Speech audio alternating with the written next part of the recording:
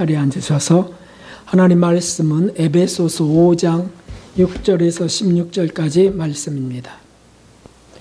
하나님 말씀 에베소서 5장 6절에서 16절까지 말씀 보도록 하겠습니다. 네, 찾으셨으면 우리 한 목소리로 읽도록 하겠습니다. 누구든지 헛된 말로 너희를 속이지 못하게 하라. 이를 인하여 하나님의 진노가 불순종의 아들들에게 임하나니 그러므로 저희와 함께 참여하는 자 되지 말라. 너희가 전에는 어둠이더니 이제는 주 안에서 빛이라. 빛의 자녀들처럼 행하라. 빛의 열매는 모든 착함과 의로움과 진실함에 있느니라. 주께 기쁘시게 할 것이 무엇인가 시험하여 보라. 너희는 열매 없는 어둠의 일에 참여하지 말고 도리어 책망하라. 저희의 은밀히 행하는 것들은 말하기도 부끄러움이라. 그러나 책망을 받는 모든 것이 빛으로 나타나나니 나타나지는 것마다 빛이니라. 그러므로 이르시기를 잠자는 자여 깨어서 주의 죽은 자들 가운데서 일어나라. 그리스도께서 내게 빛이시리라 하셨느니라. 그런즉 너희가 어떻게 행할 것을 자세히 주의하여 지혜 없는 자같이 말고 오직 지혜 있는 자같이 하여 세월을 아끼라. 때가 악하니라. 아멘. 할렐루야. 하나님의 풍성한 은혜와 긍휼이 오늘 예배하는 모든 분들 위해 부어지기를 주님의 이름으로 축원합니다. 우리 옆분들에게 덥지만 주님을 더 사랑합시다 이렇게 인사하겠습니다. 덥지만 주님을 더 사랑합시다. 그러면 주님이 나타내 보여주신다고 하셨어요. 더 풍성한 것을 주신다고 하셨습니다. 감사합니다. 오늘은 어떤 집사님 얘기부터 해야 되겠습니다. 언젠가 어떤 집사님이 자살하신 목사님의 설교를 지금도 듣고 있다고 해서 깜짝 놀라서 권면을 했던 적이 있었습니다.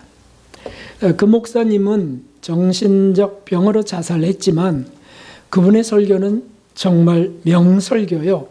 언어에도 해박하고 폭넓은 성경 해석은 타의 추종을 불허한다고 자랑스러워했습니다.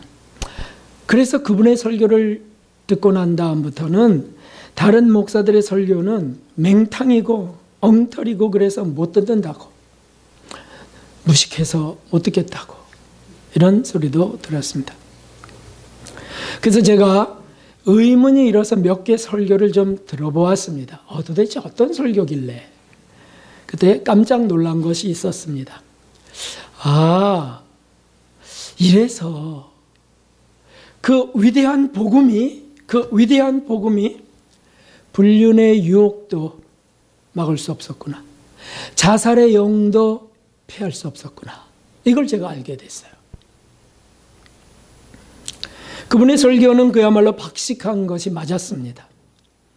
하지만 어두움을 물리치고 삶을 개선하는 능력은 현저히 미약했습니다. 그리고 또 놀란 것이 있었는데 그 인터넷 교회 다니며 그의 설교를 계속 듣고 있는 분들 서른을 만나게 되었는데 하나같이 동일한 특성이 있었습니다. 그거 참 이상하죠? 아니, 이상하지 않죠.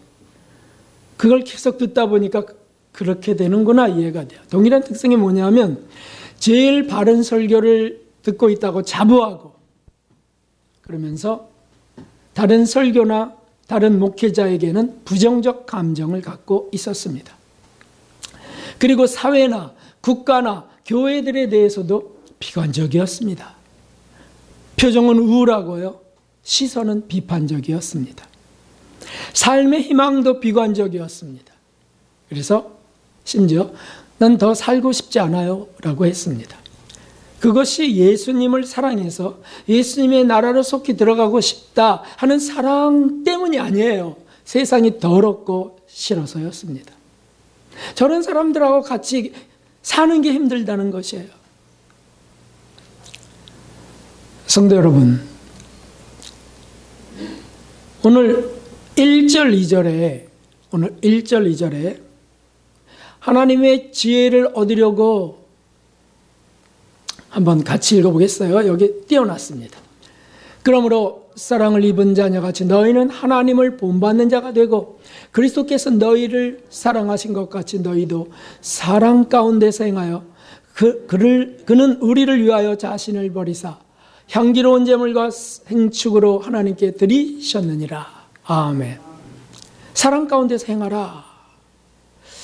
주님 말씀하셨어요. 하나님의 지혜를 사실 얻으려고 우리가 교회로 나와 예배드리고 또 설교를 듣습니다. 그렇지 않습니까? 예수님을 닮으려고 말씀에 비추어서 회개하고 새롭게 되는 삶의 변화를 위해서 설교를 사실 듣는 거 아닌가요? 그런데 그 박식한 설교를 들으면서 왜 그렇게 되는 걸까요? 도대체 그 박식한 그 지식이 가득한 설교는 무엇을 한 것일까요? 복음의 능력이 그렇게 땅에 떨어지는 것일까요?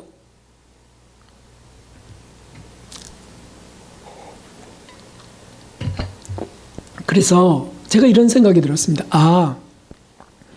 이분들에게는 지금도 그 우울한 영, 자살의 영이 어린거리고 있는가? 이런 생각을 했어요.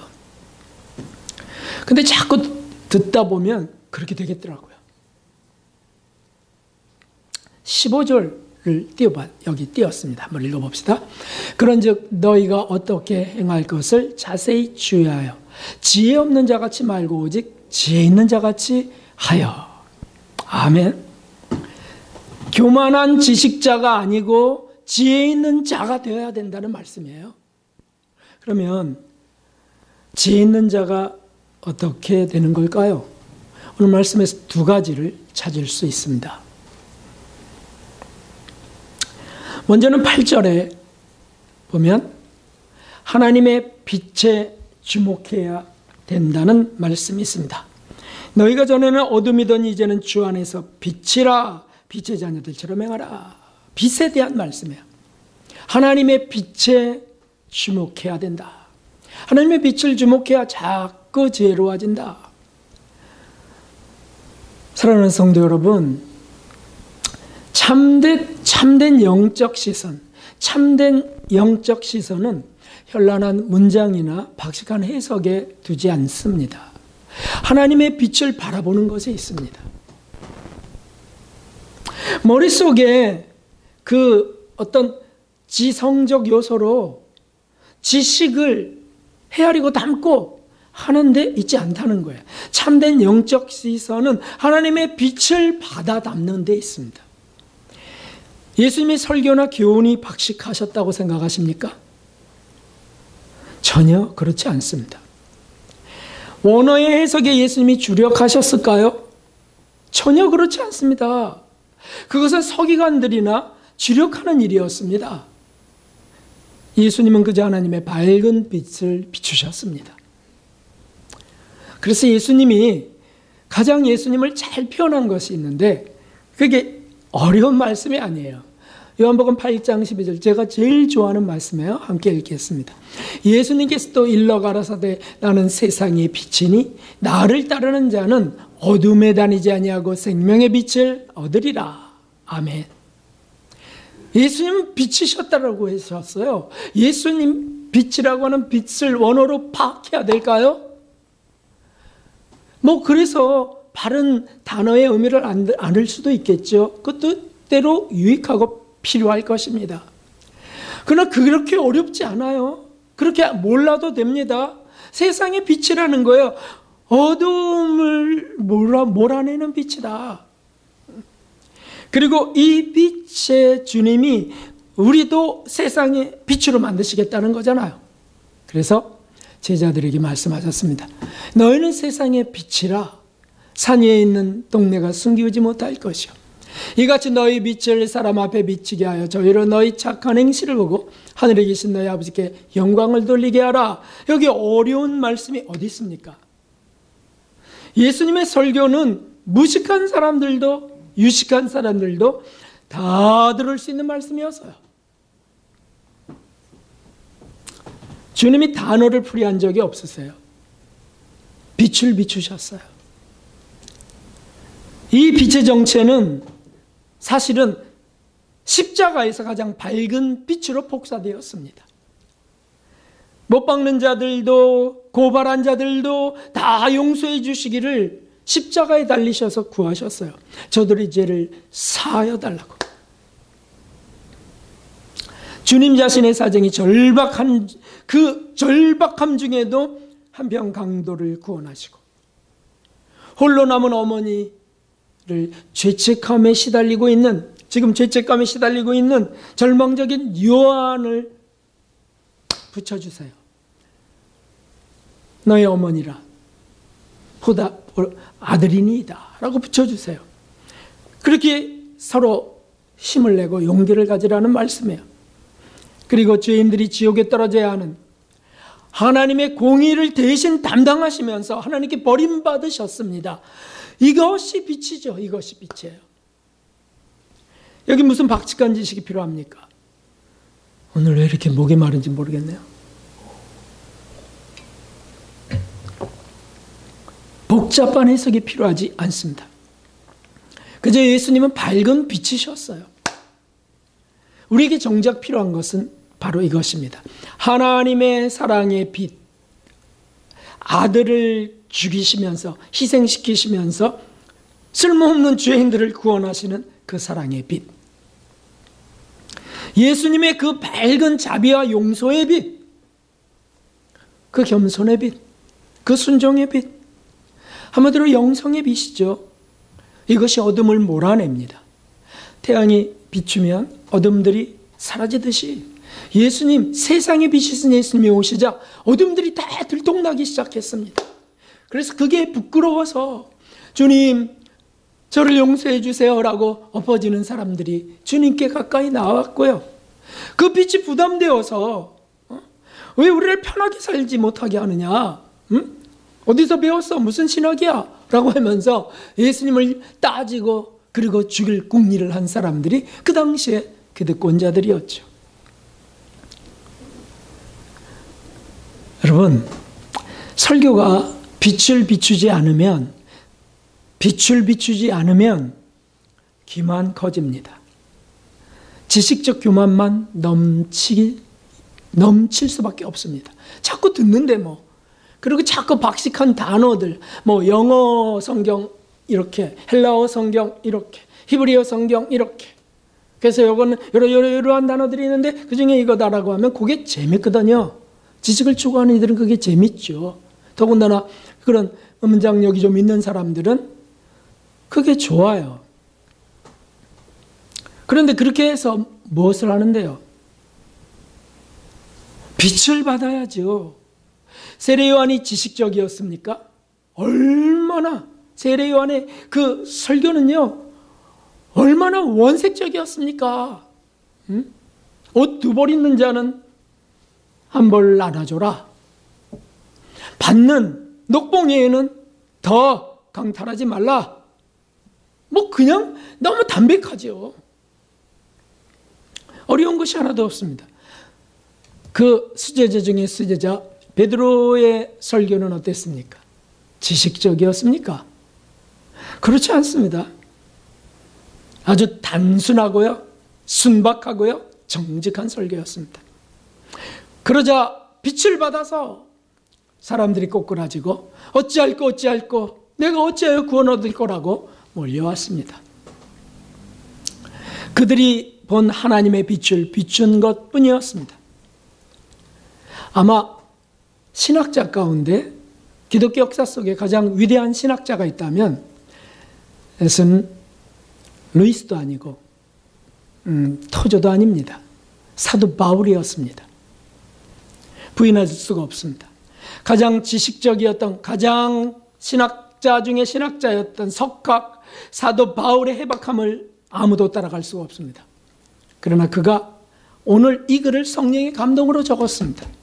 여기 무슨 지금 이 에베소서에 여기 무슨 깊고 복잡한 오묘한 것들이 있습니까?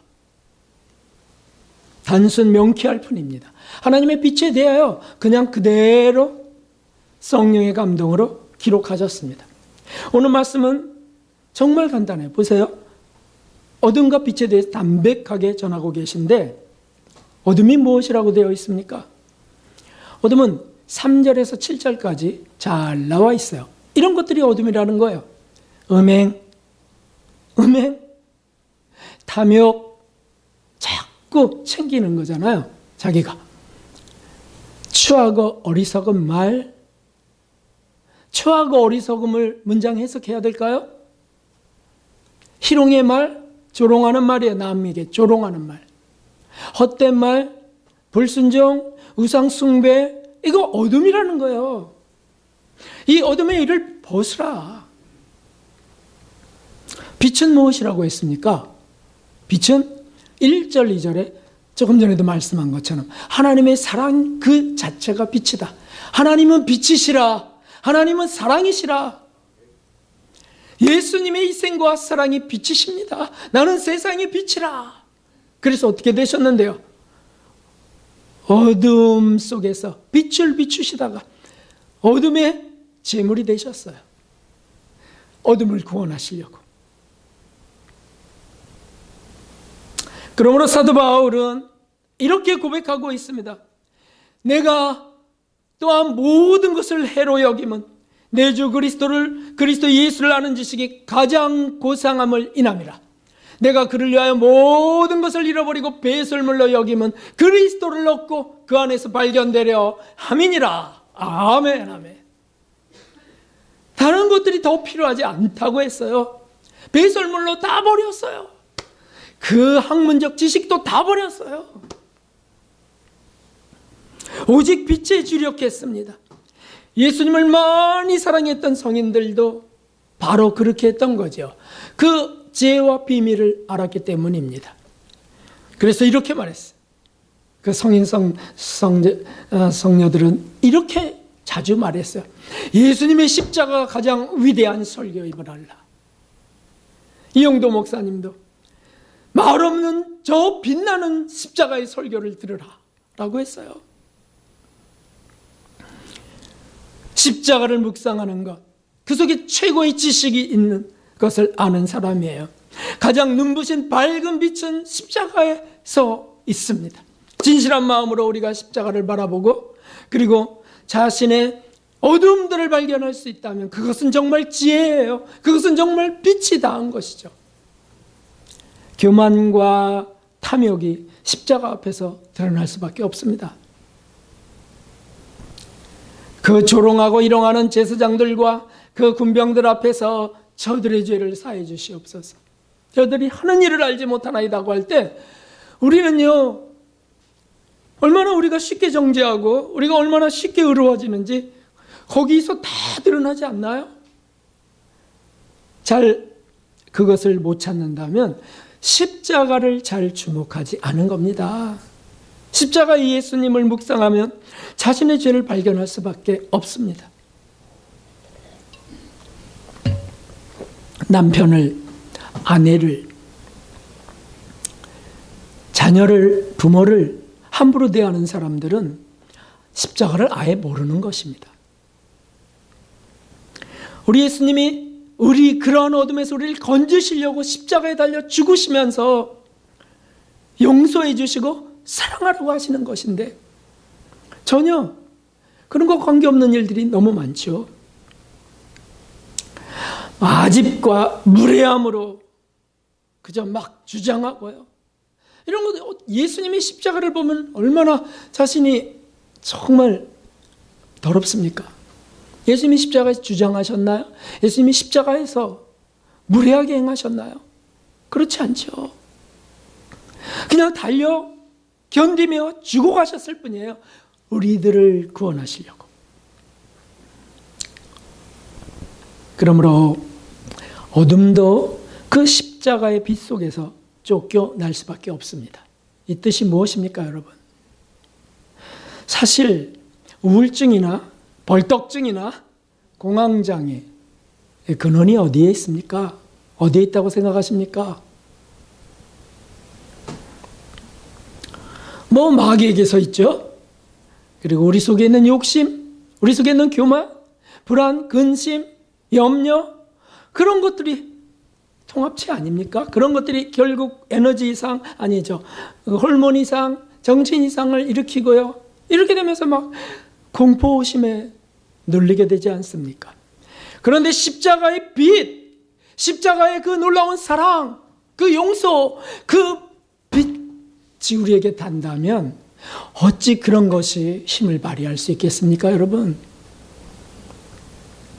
사실 그 질병과 그런 특별히 심리적, 정신적 그런 그 병들은요, 십자가의 빛 속에서 무용지물이 될 수밖에 없어요. 이것이 능력이니까요. 이것이 복음이니까요. 기쁜 소식 복음이니까요.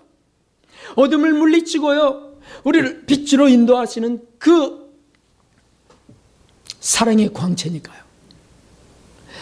사실 왜 그렇게 되죠?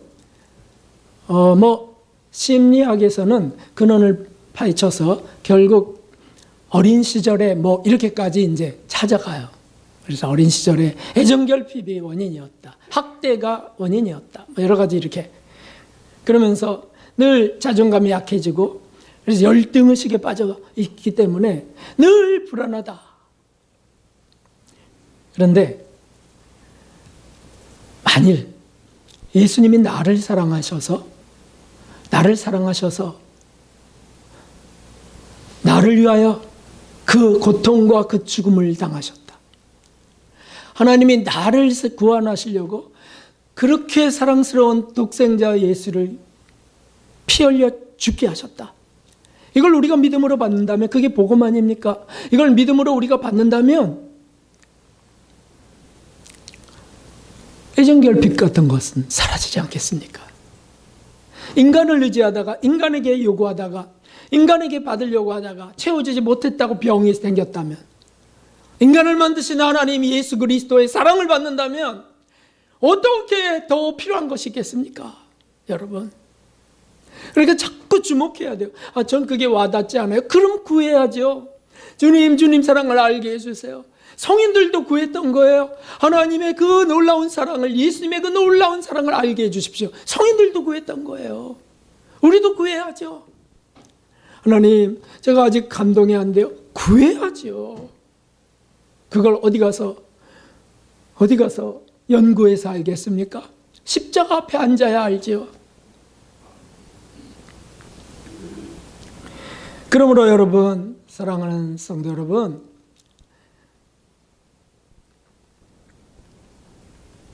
지식에 주목하는 것이 아니고 빛에 주목해야 삽니다.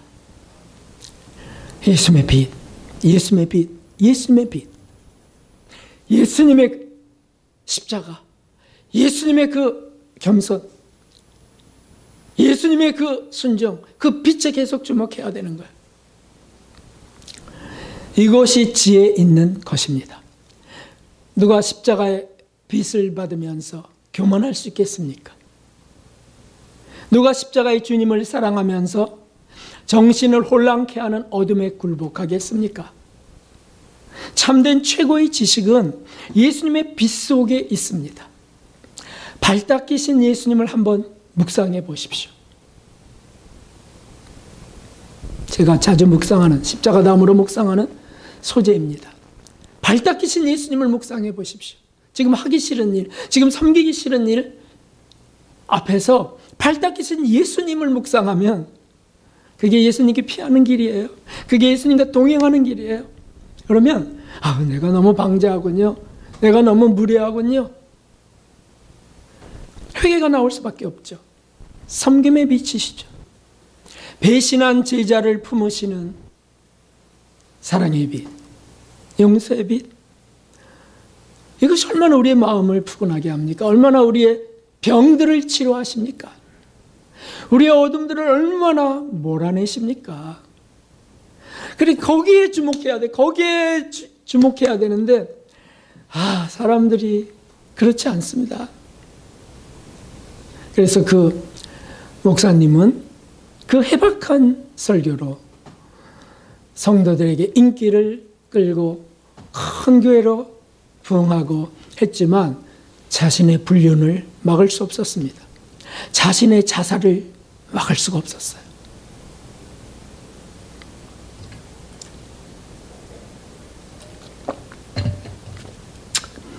그리고 두 번째 지혜로운 자가 된다는 게 무엇인지, 어디서부터인지 두 번째가 오늘 말씀에 있습니다. 9절부터 보면 빛의 열매에 대한 말씀이 나옵니다. 지혜롭기를 원한다면 빛의 열매에 주력해야만 합니다. 이건 아까 하나님의 빛에 주목하자와 같은 것 같죠? 같지 않습니다. 지식적인 것을 좋아하는 자들은 사실 이 빛의 열매에 대한 말씀이 부담이 됩니다. 어둠에 대한 것도 뭐 부담이 되기도 하지만 특별히 열매에 대해서 부담을 가져요. 왜냐하면 삶의 행동 수정을 말하는 거거든요. 그래서 오늘 말씀해 보니까 모든 착감, 의로움, 진실함 이렇게 되어 있어요. 그러면 여러분, 모든 착함의 원어를 제가 연구하면 좋겠습니까? 의로움, 원어를 연구해서 여러분에게 복잡하게 설명하면 좋겠습니까? 진실함, 원어를 제가 찾아갔고요. 모든 영어 성경, 모든 헬라어 성경 이런 것을 찾아갔고 여러분이 해박하게 해드리면 좋겠습니까? 어쩌면 바른 지식을 나 이제 얻었어. 정확한 지식을 얻었어. 해박함을 얻었어. 흐뭇해하는 사람 있을 수 있습니다. 그리고는 범인들이 모르는, 교인들이 모르는 정확한 지식을 가졌다. 우월감을 가질 수 있습니다. 그러나 그 지식이 천국의 문을 열지는 못합니다. 천국의 열쇠는 빛이신 예수님을 구세주로 믿는 믿음, 하나님께 내보일 열매에 있습니다. 세례 요한이 말씀하셨습니다. 회개에 합당한 열매를 맺으라. 좋은 열매를 맺지 아니하는 나무마다 찍혀 불에 던지우리라. 회개에 합당한 열매, 이걸 보이라. 이거 없으면 찍어 불에 던지게 된다. 원어적 지식이 아닙니다. 아까도 말씀드렸지만 전 원어를 지금 뭐라 그러는 것이 아니에요. 그것은 성경을 바르게 하고 확신하는 데 도움을 주지만 구원의 조건이 아니라는 뜻입니다. 지식인이 천국에 간다고 생각하세요? 아니죠. 겸손한 믿음의 지혜자들이 갑니다. 이 지혜는 어디에 있습니까? 히브리서에 보면 연단받아 선악을 분별하는 자들이라고 했습니다. 어둠을 분별하는 지혜요, 하나님과 예수님을 본받는 빛의 열매에 있습니다. 그리스도 본받아, 우리 주보 뒤에 나오는 그리스도 본받아, 거기에 이런 말씀이 있습니다. 제가 따왔습니다. 삼위일체에 대한 고상한 교리를 변호한다 하더라도, 변론이라는 거죠. 논쟁한다는 거예요. 논쟁. 내게 겸손이 없으므로 하나님께 불합하면, 하나님의 뜻을 따르지 못하면 내게 유익이 있겠느냐? 웅변이 성인이나 의인을 이루는 게 아니다. 오직 덕성스러이 살아야 하나님의 사랑을 받는 것이다. 통회가 무엇이라고 해석할 줄 아는 것보다 차라리 통회하는 정을 느끼기를 원한다. 이렇게 말씀하셨어요. 그렇습니다. 이것이 다 무엇입니까? 빛의 열매에 대한 말씀이죠. 빛의 열매. 빛의 열매의 시작은요, 10절, 11절에 있습니다. 10절, 11절. 읽어보겠습니다. 주께 기쁘시게 할 것이 무엇인가 시험하여 보라. 너희는 열매 없는 어둠의 일에 참여하지 말고 도리어 책망하라. 다시 말하면 이 시작은 주님이 기뻐하실 것을 생각하면서 열매 없는 어둠의 일에서 떠나는 것부터 시작되는 것입니다. 떠나는 것부터 시작돼요. 빛이 닿으면요, 어둠이 싫어지죠. 그렇죠? 몰려가는 겁니다. 내가 너무 험악하게 살아왔다. 예수님의 빛이 닿자, 내가 뭘 잘난 체를 하고 그렇게 살았지? 무슨 무익한 말을 할지라도 심판날에 신문을 받으리라. 이런 말씀에 내가 왜 말을 그렇게 함부로 하고 살았지? 이렇게 되는 거거든요. 그래서 거기서부터 떠나는 데서부터 시작돼요. 사실 이것은 자신의 힘으로 되는 것은 아닙니다. 주님의 말씀으로 책망받고 성령의 감동으로 회개하고 성령의 열매를 맺는 그것입니다. 우리 안에 성령은 이 일을 도우시는 분이에요. 그러므로 성령의 말할 수 없는 탄식도 이것 때문인데 우리가 뭘 구해야 되냐고요? 그렇습니다. 성령이 조명하고 감동하셔서 양심의 가책이 될 때 빨리 회개하고 거기서 벗어나는 것이죠. 이건 우리의 일이에요. 감동은 성령의 일이시지만 거기서 떠나는 건 우리의 일이라고요. 끊임없이 예수님을 부르고요, 붙들어서 자신을 고치기를 바라는 성령을 쫓는 것이죠. 그래서 이게 오늘 말씀 속에 있는 너희가 전에는 어둠이더니 이제는 주 안에서 빛이라, 빛의 자녀들처럼 행하라 하는 말씀입니다. 여러분, 그런데 누가 감히 이것을 율법적이라고 하겠습니까? 이 말씀을 그 율법이잖아요, 은혜로 가는 거지요, 이렇게 말할 수 있을까요? 그러면 예수님이 하신 말씀들은 그런 다 뭐죠? 예수님의 말씀? 남의 티를 뽑기 받아 내 눈 속에 들보를 뽑아라. 오른밤을 때는 왼밤을 돌려야 되라. 이런 가혹한 율법이 어디 있습니까? 그런데 그건 복음이에요. 예수님이 말씀하신 복음이라고요. 회개가 일어나면, 그 말씀을 듣고 회개가 일어나면 그것이 시작이고요. 그리고 성령의 감동으로 성령을 의지하면 열매를 맺게 하시는 분은 성령이세요. 할렐루야. 하나님이 그것을 이루어 가세요. 그게 복음이죠. 그래서 감히 누가 어미하신 하나님의 말씀을 율법이라 그러고 대적할 수 있을까요? 그리고 깜짝 놀랄 게 있습니다. 원어, 영어 성경 이렇게 해서 이렇게 저렇게 해서 갖다 붙여서요, 빛의 말씀을 혼란케 하더라고요. 그냥 단순한 빛의 말씀을 혼란케 해요. 빛을 더 발견하기 위해, 예수님을 더 사랑하기 위해서는 괜찮아요, 그런 연구는. 그런데 혼란하게 하고 달려가려는 의욕을 흐려버려요. 그래서 12절에 이렇게 되어 있습니다. 저희의 은밀히 행하는 것들은 말하기도 부끄러움이라. 은밀하게 행하면서요, 그리고요, 빛을 흐리고 다 은혜로 하는 거지 뭐, 이러면서 그냥 어떤 개선의 의지, 개선의 간구, 이런 것들은 흐려버려요. 이게 마귀의 그 사술이구나, 이런 것도 볼 수 있었습니다. 불륜을 저지르고 교회에서 쫓겨난 것을 이제 그곳에 사역이 끝나 하나님이 옮기셨다, 이렇게 말할 수 있을까요? 그렇게 말하더라고요. 회개해야 되는데, 자복해야 되는데 이제 그곳의 사명이 끝났다는 거예요. 사명 끝나는 방법이 불륜이네요. 설교 중에 욕하고요, 분노가 감정을 휘저어도요, 그것을 의분이라고 할 수 있습니까? 그렇게 말하는 사람들은 예수님도 욕하셨다 그래요. 독사의 새끼들이라고 욕을 하셨다고. 주님은 죄성이 없으셨어요. 정말 욕심도 없고 의로운 분이니 그분의 분은 의분이 맞아요. 그런데 죄인이 어떻게 의분을 가질 수 있을까요? 물론 아무리 의로운 동기로 일어났다 해도 그것은 빛의 열매와는 전혀 다른 어둠의 열매일 뿐입니다. 중요한 것은 하나님의 빛을 받아 어둠을 회개하는 데 있습니다. 자, 왜 저것이 율법이 아닌지 보십시오. 13절에 보니까 책망받는 모든 것이 빛의 열매를 맺는다고 했습니다.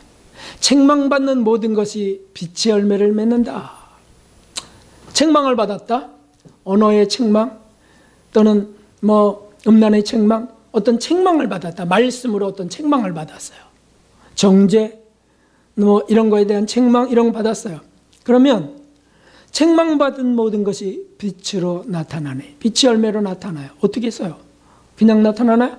회개하게 하셔서, 돌이키게 하셔서, 떠나게 하셔서 그 다음에 열매를 성령이 맺게 하세요. 예수님의 말씀과 성령의 은혜로 열매를 맺는 줄 믿습니다. 열매를 봐 그들을 알라고 했어요. 열매를 계속 열매를 봐 그들을 알리라. 그러니까 설교의 그 박식함으로 그를 알지 마시고요, 열매를 봐 알라고 하셨어요. 빛의 열매는요, 빛의 열매는 이제 간단합니다. 어떤 것입니까? 모든 착함과 의로움과 진실함에 있느니라 라고 하셨습니다. 그러면 모든 착함이 뭐죠? 의로움이 뭘까요? 진실함이 뭘까요? 언어를 찾을까요? 아니요, 전 성경을 찾겠어요. 성경 보니까 이렇게 돼 있네요. 갈라디아서 5장 22절.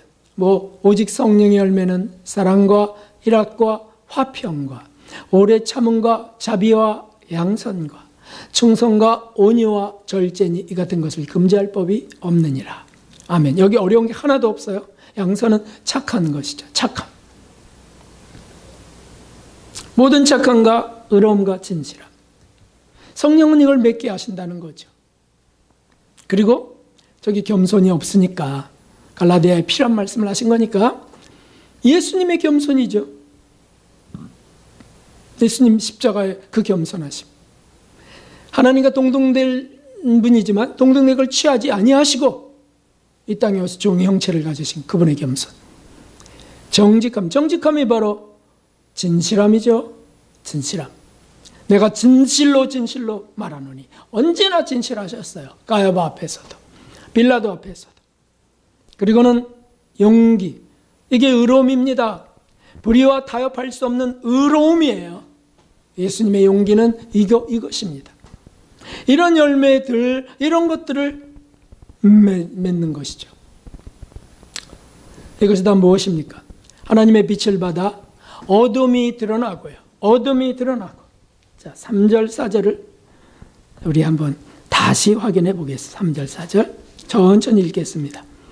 음행과 온갖 더러운 것과 탐욕은 너희 중에서 그 이름이라도 부르지 말라. 이는 성도에 마땅한 바니라. 누추함과 어리석은 말이나 희롱인 말이 마땅치 아니하니 돌이켜 감사하는 말을 하라. 아멘. 이게 어둠이에요. 어둠. 이게 드러나고요. 예수님의 빛 가운데 드러나고 예수님의 십자가 은혜로 우리가 회개해서 씻으며 성령의 은총으로 맺게 되는 열매들이 바로 이것입니다. 물론 더 많은 것을 예수님을 담는, 하나님을 담는 더 많은 모든 것들이 이 속에 다 들어 있습니다. 무엇보다 하나님의 빛에 주목해야 되겠습니다. 박식하려고 하지 마십시오. 그저 회개하여 빛의 열매를 맺는 일에 주력하십시오. 저도 그렇게 할 것입니다. 어느 날 제가 어떤 신학대학원에 들어가려고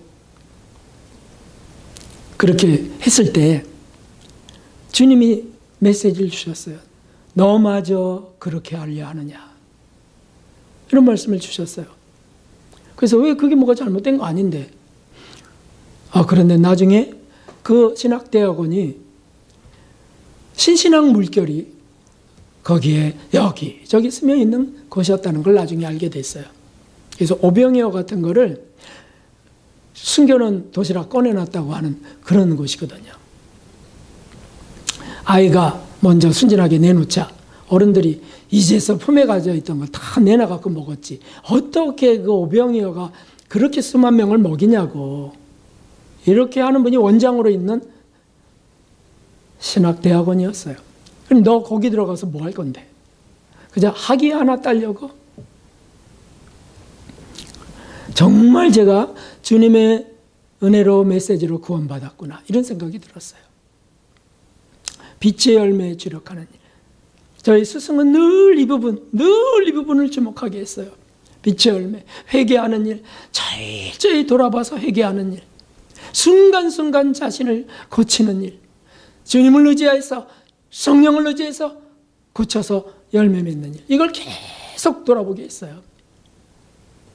소망이 하나님께, 우리 주 예수님께 우리가 있어야 되겠습니다. 문자적 지식에 있지 않습니다. 주님을 본받는 삶에 있습니다.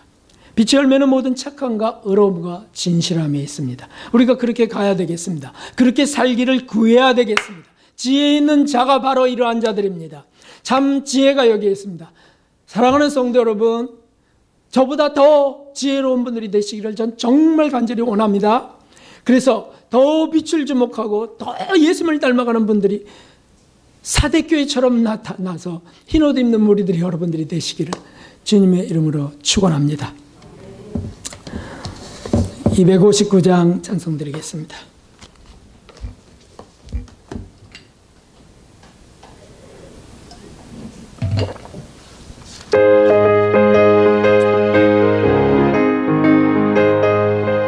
박수 한번 하겠습니다. 빛의 사자들이 앞서가서 어둠을 내치고 주를 부르는 백성들 배처럼 빛의 사자들이여 복음의 빛으라 죄로 든 밤 밝게 비춰라 빛의 사자들이여 선한 역사 위하여 힘을 내라 주와 함께 하시겠네 주의 넓은 사랑을 전파하며 빛처럼 빛의 사자들이여 복음의 빛으라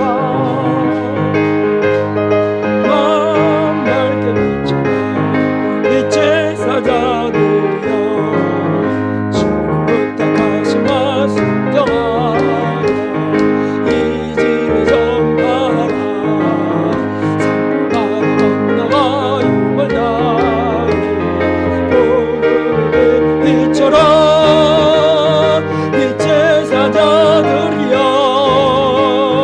복음의 빛처럼 죄로 든 밤 밝게 비춰라 빛의 사자들이여 동서남북 어디나 땅끝까지 주님만 의지하고 어둠에서 눈보는 백성에게 복음의 빛처럼 빛의 사자들이여